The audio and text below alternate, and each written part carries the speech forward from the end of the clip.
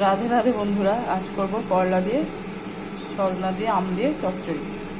তো তেল গরম হয়ে গেছে, দুটো কাঁচা লঙ্কা, কালো জিরে ফোড়ন দিলাম,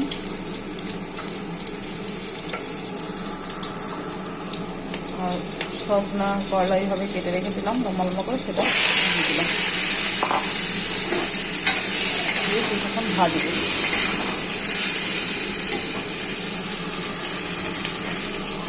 ঢাকা দিয়ে ভাজবো। সজনা করলা দিয়ে ভালো গন্ধ বেরিয়ে গেছে, ভাজা ভাজা হয়ে গেছে। এই মুহূর্তে আমি কিছুটা জল, লবণ হলুদ গুলে দিয়ে দিব।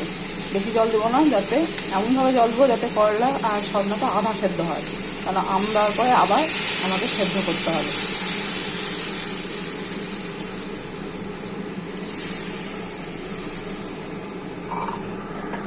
আবারও চাপা দেবো। বন্ধুরা দেখো, আধা আধা সেদ্ধ হয়ে গেছে। এই দেখো আমি কেটে দেখাচ্ছি, এই দেখো ভেঙে যাচ্ছে, মোটামুটি সেদ্ধ হয়ে গেছে, ঠিক আছে? তো এই অবস্থায় আমি আমগুলো দিয়ে দিলাম।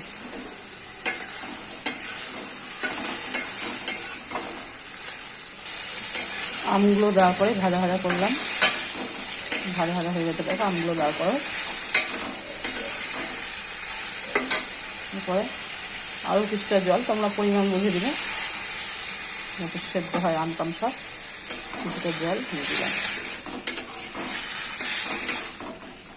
জলটা দেওয়ার পরে দেখো ফুটতে শুরু হচ্ছে, আমি ঢাকা দিয়ে রেখে দেবো কিছুক্ষণের জন্য। ভাজা ভাজা হয়ে গেছে। লাস্ট মুহূর্তে আমি চিনি দিয়ে দিলাম অল্প, খুব সামান্য চিনি দিচ্ছি, 1 চামচ পরিমাণ।